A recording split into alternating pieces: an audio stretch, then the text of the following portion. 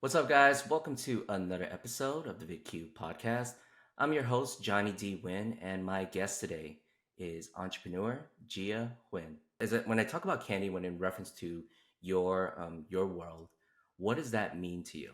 When I was little, candy to me is not like, the cube of sugar nowadays we see or chocolate. Candy to me traditionally in Vietnam is candy fruit, like, apple or traditionally we do like kumquat and pineapple and we just sugar coat them and turn them into candy. And we that's the same thing that we do to our brand is candy jelly basically. So candy to me is a lot of memory because we were so poor. Candy is a treat. Candy is something that we only get to eat once a year for Lunar New Only Year. once a It's not year. always Wow. available. Yeah. Just- I mean, like, I think, for most people, it's maybe more available for them, but for us, we was very poor. That's why it was only available to us once a So to kind year. of paint the picture, where about? So you were born in Vietnam. Um whereabouts in Vietnam were you born?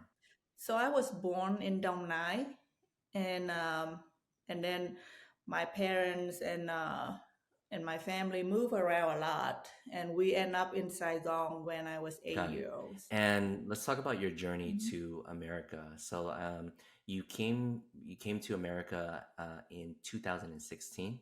Um, uh, Yeah. what what was the main motivation or driver for you coming all the way over here to America? So my parents, they came here first. My sister was married to American, and she immigrated to America 16 years ago, so a lot longer than me and my parents. And then uh, what do you call it? Sponsor? She bring my parents over, and then 2016, I got married also, and I Got it. joined So you them. got married with the man over here in America. So he was my worker in Vietnam, but he was American. So we was enjoying life in Vietnam, but we decided his mom got older, and my parents, they wanted to have their kid here together. So we tried to make our way back here to And America. and I want you to share a little bit about kind of the early days of when you when you arrived here and kind of Mhm. how that first year went for you. Yeah, it was really hard because I was always trying to be that woman who don't want to be dependent on the partner. So I came to the US with only $50 in my pocket. And I started to work right away at a nail salon. I think the first week I tried to find a job and tried to work right away. And because of the hardship of changing the environment and the marriage and everything else, so our marriage ended up not going well, and we got divorced. So that first 2 3 year was really Wow, that hard. all happened in the first 2 3 years um, here. yeah, I was alone in Florida and struggling with the marriage, and end up with just being alone there because my parents was in Maryland. So I wasn't even with my parents. What Yes.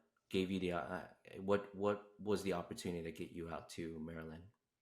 After 2 years, I was separated from my ex-husband and struggling alone in Florida. I ended up with another relationship, and I had my son. But unfortunately, that relationship was very toxic.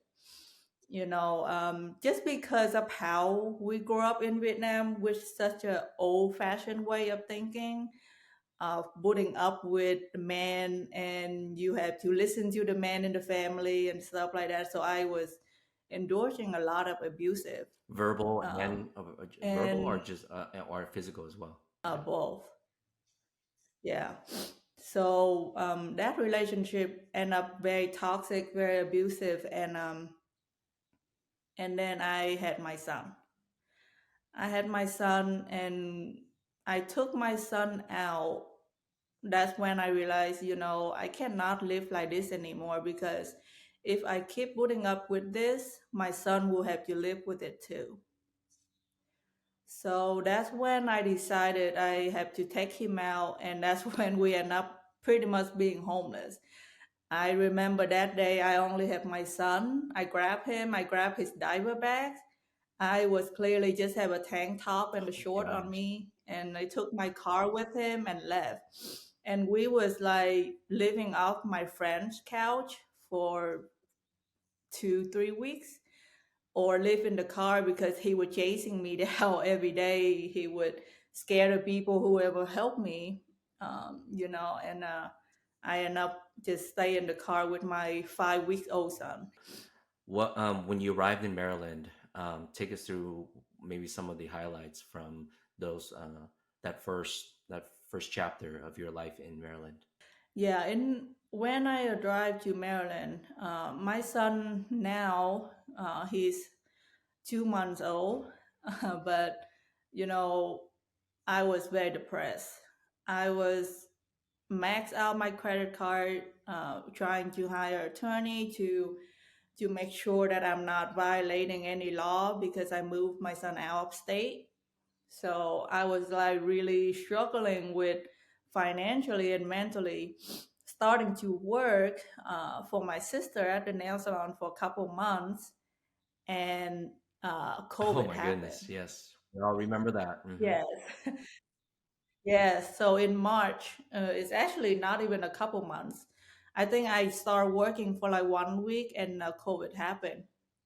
So it's locked down, and now I have my parents not working, myself and my son not working. So it was really hard. Getting up every day in the morning, what did you say to yourself, or what did you to keep going? um it was reflecting about my life. When I was little, I got a lot of I've been through a lot of uh abusive, not from my parents, but I was sexually assaulted by the neighbor since I was four In years Vietnam. old. By the one, yeah, by the man who I call Hmm. uncle. Um, and growing up with that, you know, it's always give me that insecure. And back in the day in Vietnam, this kind of stuff you cannot tell your neighbor. Or I told my mom when that happened, and she knew when it happened. She tried to protect me, but because she was, thinking about the family. Um, Okay. Sorry about that. She was thinking about her family. She wanted to keep it secret because back in the day, if that happened to a girl, you pretty much your life will never end. Like people will talk about it forever, and the family will carry that as a shameless to the family. So my mom tried to keep it in secret and moving on, but it's never stopped because the neighbor is still next door, and my parents still have to go to work every day.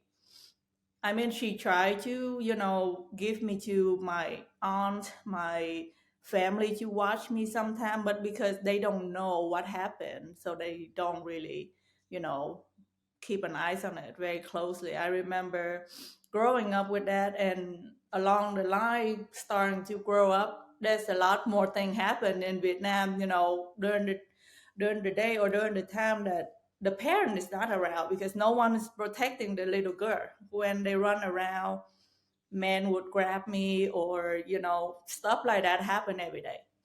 So I have always carried that with me. Insecure, worthless. I'm not loved. I just, everything about myself is useless. And during COVID, that hit me the most because now I feel so useless, and I have a baby to take care of. I had my son, I'm broke. I have my parents now, unemployment, we had COVID, and I started to look into online courses to how to get into online business. Because I have some friends, they always talk about, now online business is a way to go and drop shipping, Amazon. So I was looking into all of that on YouTube for Mhm. free content. And then I come across this course where they teach women how to have an online store. And I remember after the call from the salesperson, it cost like $2,000. And I don't have the money.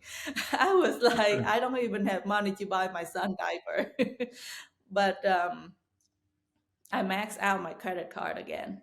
Like I just pay it off and then I max out the credit card again to do it. I'm like, I need to do this. So that's where I start doing it. I start learning about online business. I start learning marketing. I start learning how to build my own store. I remember the first store I opened. I had a friend come to take a look at the store and they like, Gia, like 1 second go into your store, I feel like I'm getting scammed from somebody that drive, like have broken English everywhere.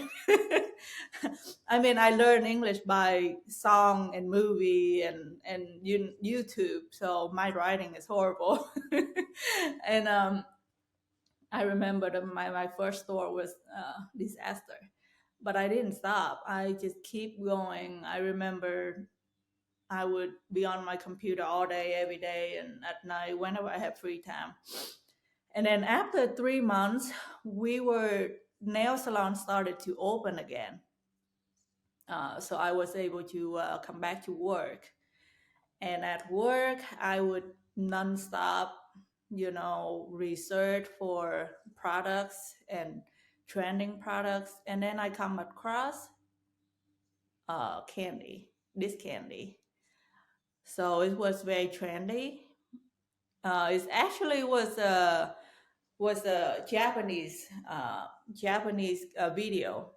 This company was in Japanese, and I saw it was very trendy. And then I started to do some research, and then I saw in the U.S. there's a lot of Etsy store was already selling it, and there's a one big brand that was selling it and viral on TikTok. So I showed my mom. I'm like, Mom, is this the candy that great grandma used to make? Um, Because I specifically remember the candy. And my mom said, yes, that's the candy great grandmother used to make. It's just a different shape. So she gave me the recipe and I start making it just for fun. I will start making it just for fun and I give it to some friends to try. And my friend told me, you should try to sell it maybe on Etsy because it's a popular market for handmade stuff.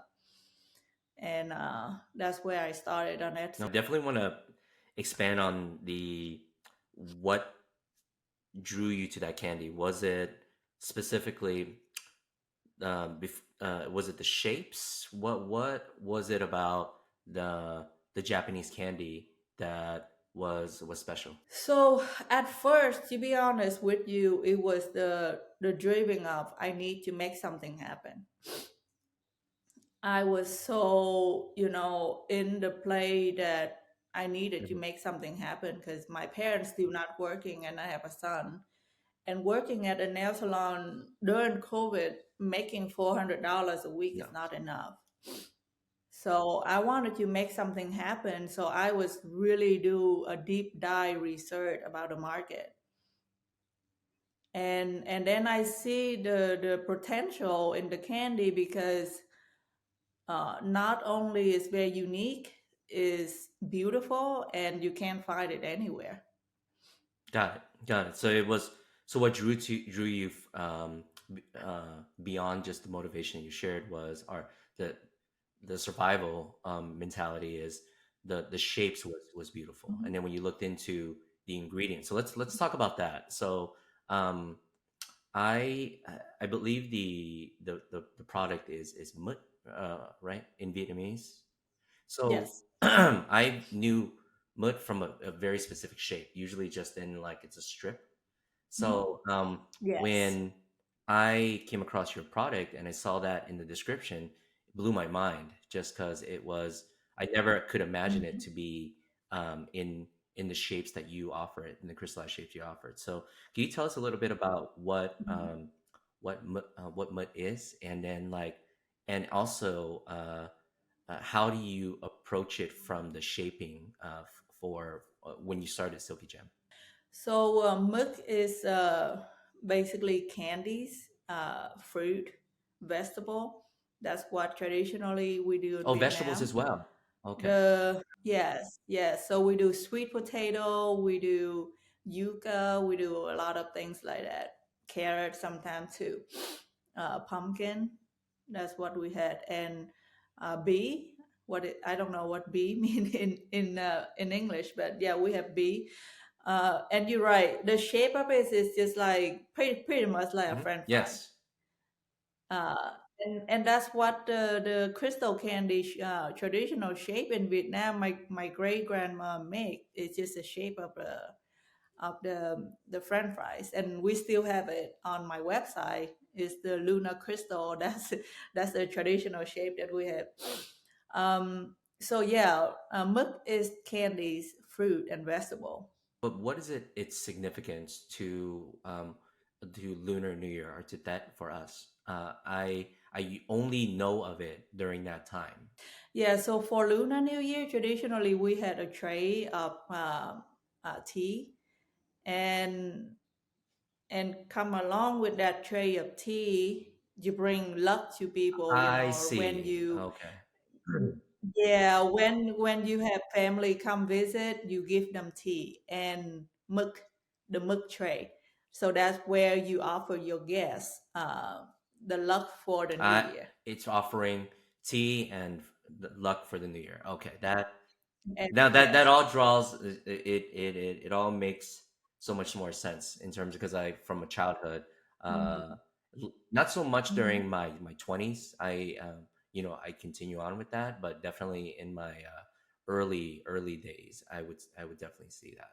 So with that being said, I mean, how is it that you're able to transform something that seems to be a very seasonal, very specifically cultural and seasonal product, and you're able to find um, buyers almost throughout an entire year? Yeah, I think I can see the market was doing a lot better for that Pacific niche, because I think the culture in America, people enjoy treat daily more than so in Vietnam or Asia. In Asia we don't get treat as often as here. We do love our drinking and barbecue and hot pot every day, but we don't use sweet treat often like here in America culture. So I think I saw that loophole, and I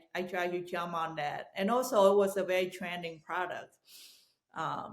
Because of the shape, there's nothing look like it, and I got a lot of inspiration from a lot of different company that originally from Japanese company. They really good with their sweet art. So that's where I got my I inspiration definitely from. would say that in terms of the world of sweets, and I Mhm. find it through a lot of these short form videos, and it's in terms of, they show like how they make it, or how it these beautiful shapes and so forth. So let's talk Mhm. about like the name of your brand.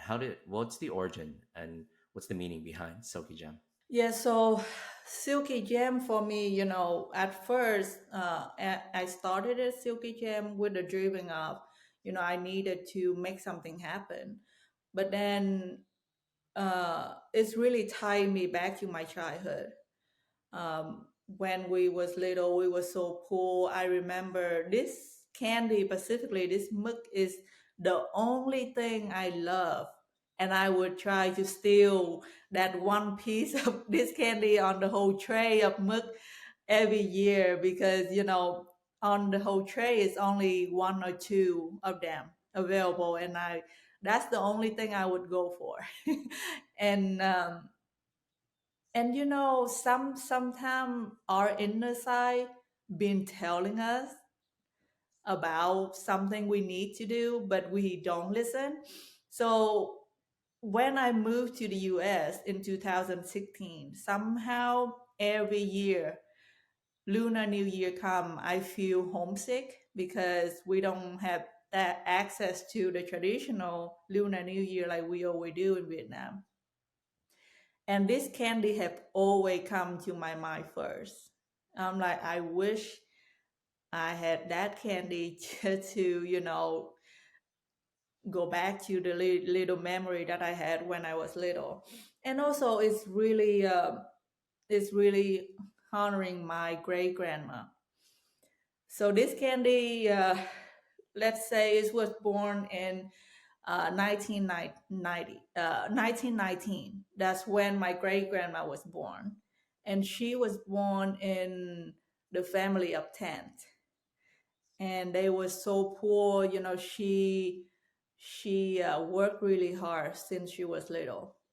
She always make treat, food, and fruit. She always have the thúng, the bamboo, the bamboo thing on the head, and walk around the whole town to sell stuff. That's how she make money to raise her kid and her family.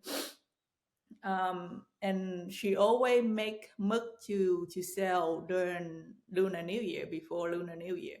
She's excellent cook. She can make anything, everything. And when we was born, I was lucky enough. She was still present the past, her past few years, and I was still able to create that little memory with her.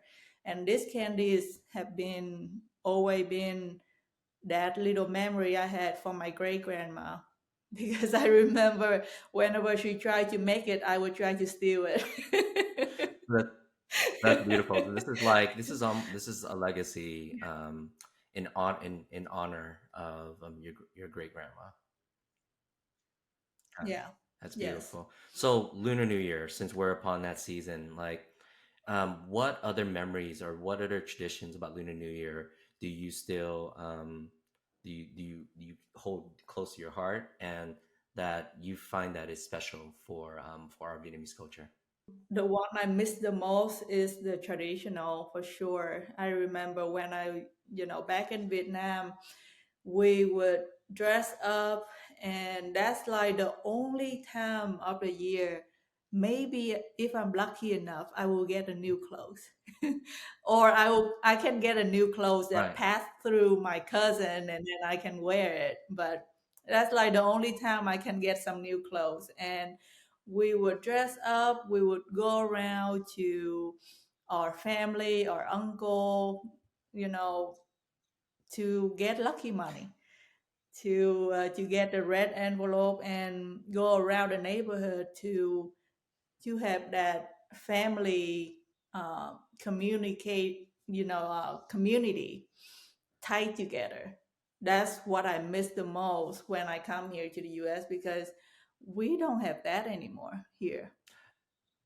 Everybody is so busy, over here. And when you work here in the US, you don't even have a break for Lunar New Year because it's not a big Oh, thing here. definitely not. I mean, I'm doing I'm learning so much more from the traditions in Vietnam and observing how Mhm. the it's important to go back to your quê hương, go back to your village and be there. So like Mhm. my assumption as a Vietnamese American, I thought everybody would I thought Saigon or Hanoi would be super busy, and it's like American New Year, Mhm. right? Where you go to Times Square or you go Mhm. to Las Vegas, but it's quite the opposite. It's most people, the country the government actually allows Mm-hmm. people to take at least 7 full days off, and uh, and then Yep. from that point, it's actually all the villages get really busy, and Saigon is left with Yep. mainly Mm-hmm. Westerners or people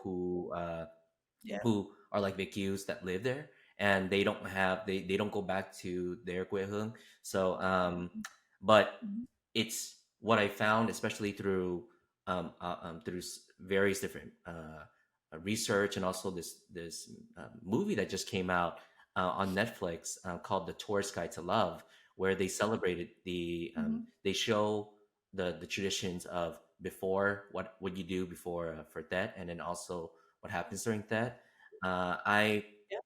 I find it to be so beautiful in terms of the significance Mm-hmm. of being for being away from the your the regularity of your life. No digital, Mm-hmm.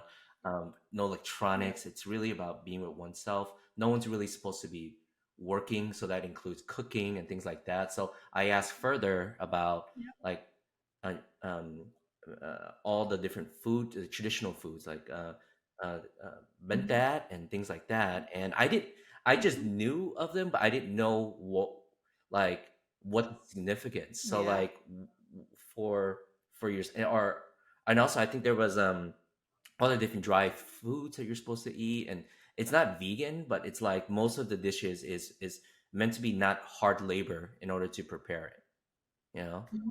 So do you Yeah. have a specific like maybe food item that beyond the sweets that you also that you miss as well, or that that always comes to mind when it comes to that? I think, over here when come to Lunar New Year, we still try to buy some traditional food that we usually have in Vietnam, Hmm. like thịt kho and the sticky rice, and, bánh tét and bánh chưng and stuff like that. But it's never the same because when I grow up, what we do is before that we gathering our whole family, like 40 people, to sit around and cook. Like one group will make sticky rice cake, one group will prepare all the Right. Yeah. savory thịt kho, and then one group, will make mực.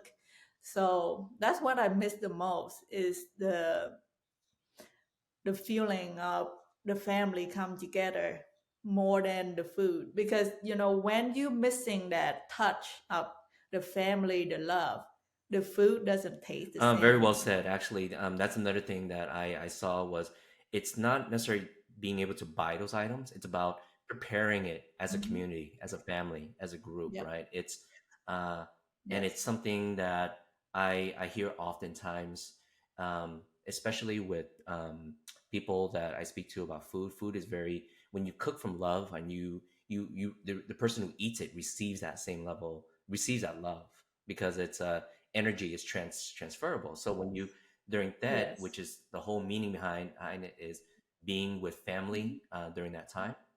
Um, Hmm. yeah, preparing those very simple but pleasurable items like tit call. Yep. I mentioned Yep. on a previous podcast that tit call is almost like our the Vietnamese version of like of like soul food, comfort food, right? Where it's Yes. so it's not simple, but the flavors just always, no matter where you are when you eat it, you just feel you feel good. Mhm. Yeah, It's it's good. feel home. Yes. It's feel like home. Yes, for sure. Or just a simple thing like for that Lunar New Year, we always have the watermelon Yes, seed, yeah. and we only eat it for Lunar New Year. And why it tastes so good in Lunar New Year? Because of the vibe, because of the family, and we love to gathering together in that, from the first day of Lunar New Year to the fifth, because we love to gambling. Vietnamese people love to get gathering and gambling during Lunar New Year because it's fun. And we still do that a little bit here, and the kids love it. But I do miss that traditional Vietnamese family, all neighbor and people get I think together hands for down sure. my favorite game was the Bokua Ga. I mean, I think Yes. that. there you can have the that game can go on for like hours, and it's Yes. just so simple but so fun. And but I also noticed that Yes. people would have these very like the people who's the dealer, they would have these mantras or these sayings, and I don't know if that's part of the tradition, but are people just doing that for fun to kind of get it more reaction. But I would say from children all the way up to adults, and they that game will always Mhm. be something that put a smile on your face. Yeah. Yeah, my son, he's 3 year old last year, and he is was his first time gambling at 3 year old. It's fun. Yes. Kind of going back to the story of the early stages of Silky Gem, right? Um, Hmm. so the nail salon was open again after 3 months, and you were, I know, Hmm. going back to work, and then also kind of balancing this new product. So take us Hmm. through like what were one of the key moments that really made Silky Gem like the main source. The end of 2021 is when I start, practicing on the family recipe. Because when I was little, I only help eating, and I never make it. So I was just practicing on, mastermind the recipe and also the cutting I think. skill, the designing. And I start to put it on Etsy to sell in January of 2022. And then I started to put it on TikTok, social media, and all of that. We didn't. I mean, Etsy started to have like one or two sale a day uh, after the first day. So I was very happy. I was like, if I just make enough to buy milk and diaper, I'm more than happy. And then in March, I remember that's when a first influencer, a big influencer, her name is Chin. She's wonderful. She saw my candy and she compliment on it, and then I just comment back and I said, can I send you something? And she said sure. She DM me on my Instagram, and that's when it Wow. started. The first 3 months doing the candy, my parents, they was frustrating. They was very frustrating because they see me going to work at the nail salon at 8 in the morning, and coming back to back home at 7 8 in the afternoon, and I play with my son, uh, put him to bed, cooking candy, cutting candy, make contents until 3 4 in the morning every day. That's like nonstop every day for 3 months. So they was very frustrating. They didn't believe in it. They, mad. They was like yelling at me sometime for wasting my time and energy on stuff that is not relevant. But then in March, when Jin post the first video, that's when we make our first $3,000 a day sale. Awesome. And yes, and my parents, they didn't even believe it. And I think that was like the first night she stayed up late to help me to cook the Well, I mean, just candy. explaining it to your parents that a girl on a social media platform called TikTok, which they don't even know, posted a video, and then all of a sudden you generated 3,000 sales. That makes no sense, Yeah. like to someone Yep. that's not used to that. Yes. Yes. For sure. For sure. And and then our sale keep doubling every week since then. Yeah.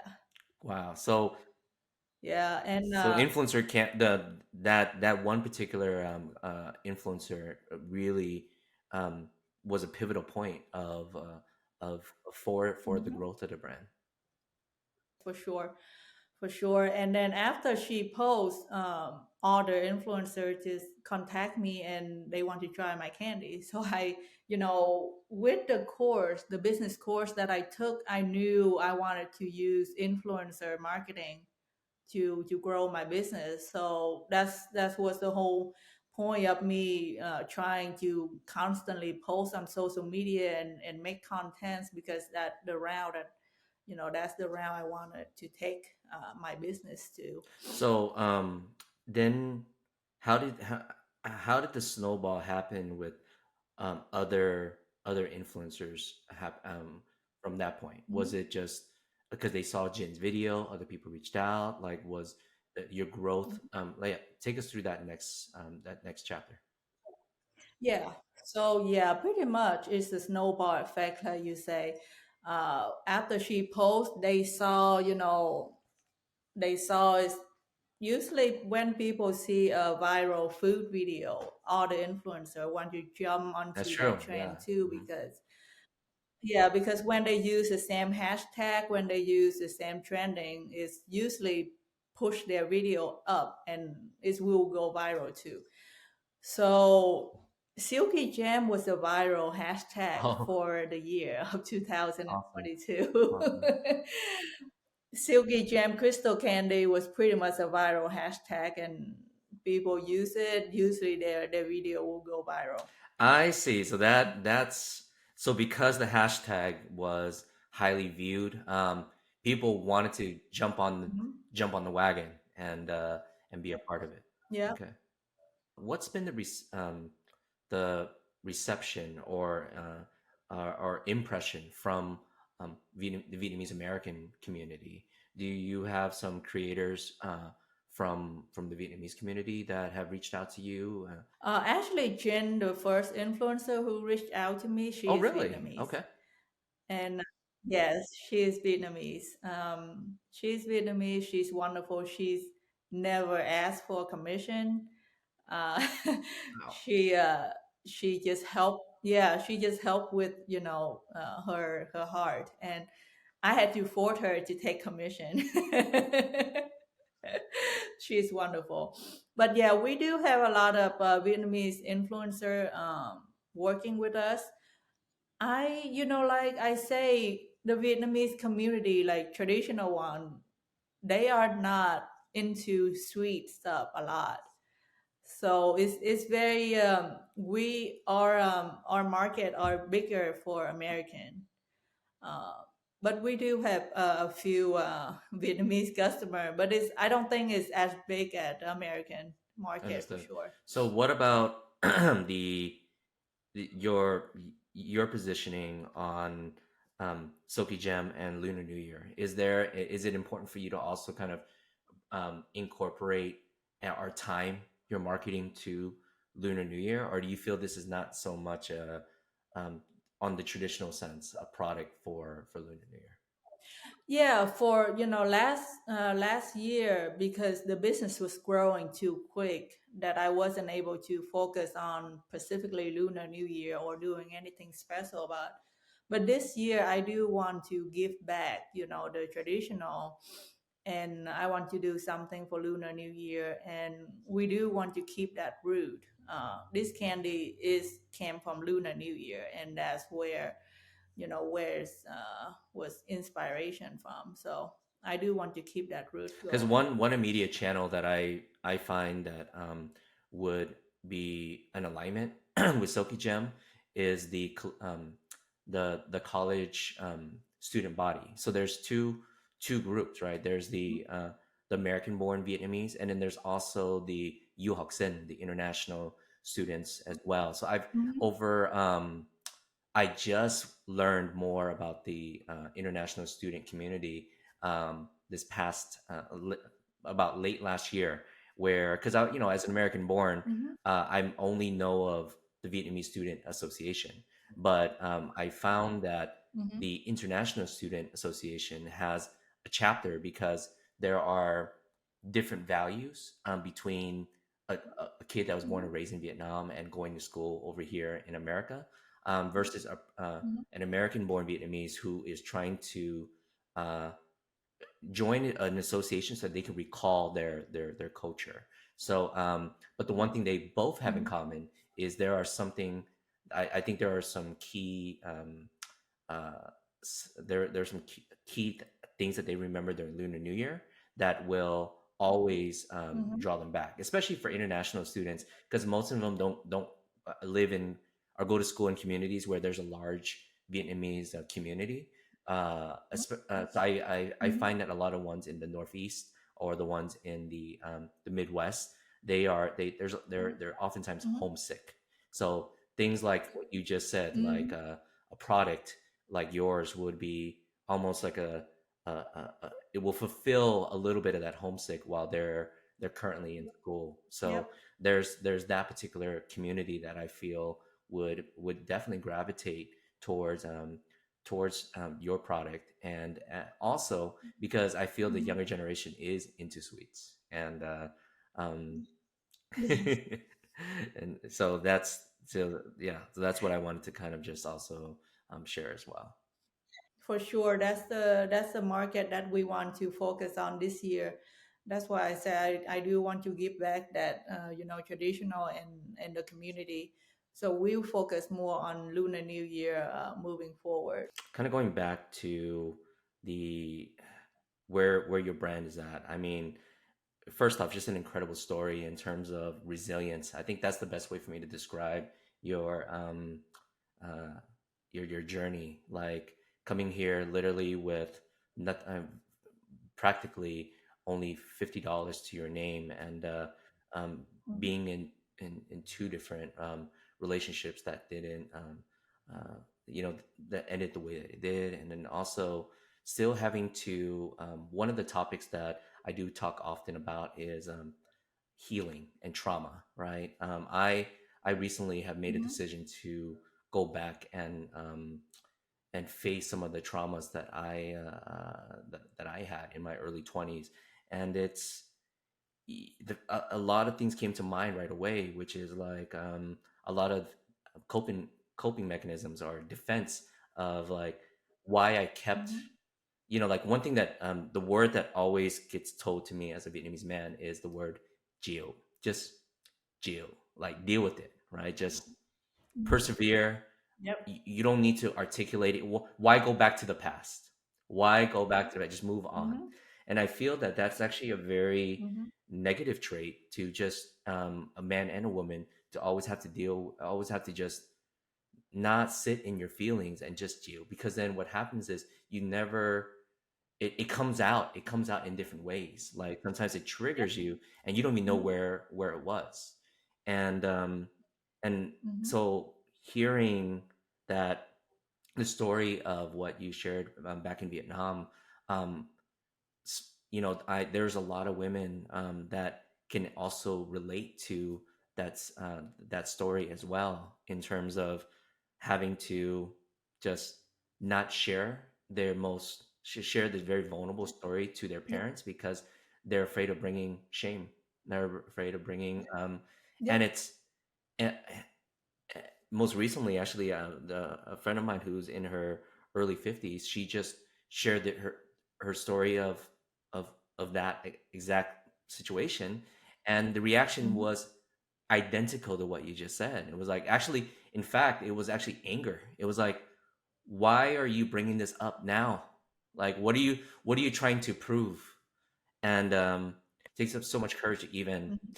sit your mom down, your dad down, and go, look, this happened a long time ago, but I want to tell you that I want to heal from this, but this happened.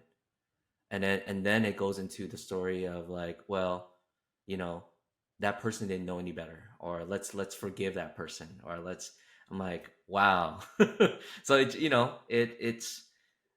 very it's something that it's not just these are just stories, like your own personal stories. Thank you for sharing that, and Yep. other stories. But I feel that it's part of our it's kind of one of the things, a part of our culture that I see uh, time and time again, that Yeah. shame or bringing shame to one's family comes at the expense Yep. sometimes of the person that's having to deal with it, and then having to sit in it for so long. Yeah, for sure. Totally agree. And it's really shape on how we grow and how we act in life for sure later on. So I think Hmm. the journey that I'm on right now is there's something called intergenerational trauma, And in order to break that cycle, one has uh, to heal first, and then go. And so Mhm. because what you do now also affects the ones in your life, such as your child and things like that. So Yep. it's very powerful to be self-aware of that, and also know like you want to make that Mhm. change. And your story Mhm.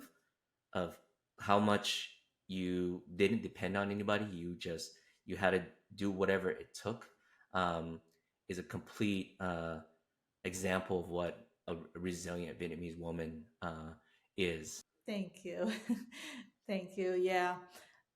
Grow up being told, you can do this, you can do that. It was a hard circle to break through, that for So now sure. that I would say you are at a manageable space and you have time to kind of reflect um, on your journey as an entrepreneur, what's next for Silky Jam? Yeah, we are scaling really fast, even just on the online sale. In We actually will be 2 years on the 22nd. Oh, January? So Wow, yes, yes. Yeah, so we hit 2 years and we sold over 3 million pieces that's of incredible. candy just in the US. Yes, just in the US and Canada. So we still scaling really fast on our online store.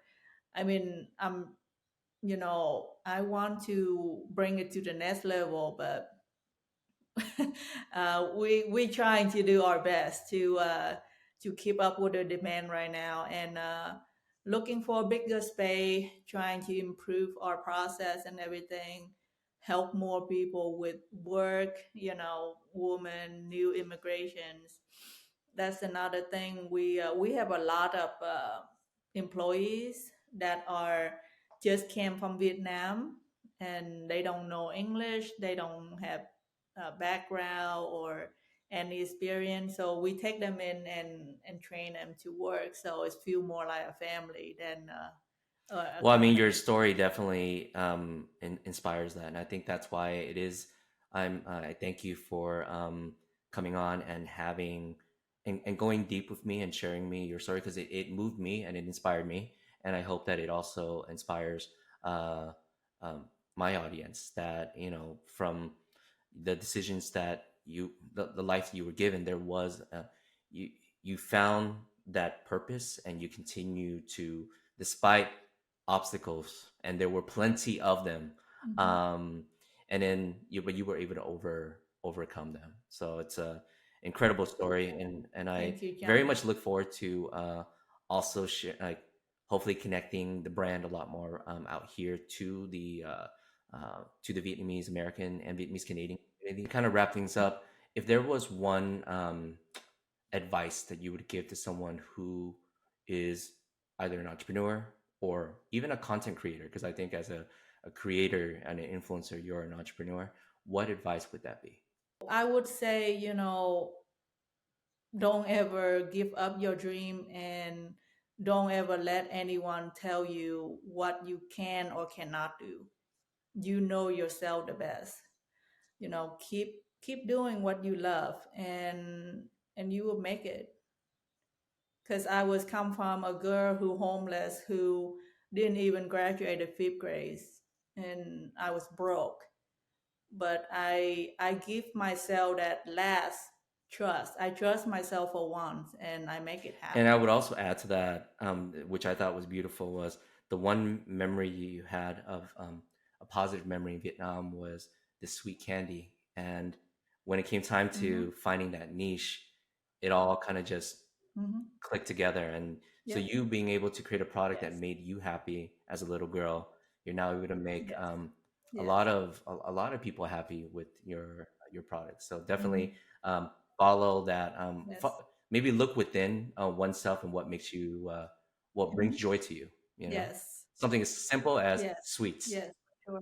Thank you so much for your time, and I definitely look forward to trying the product and sharing that with my community here. Thank you, Johnny. Thank you for having me.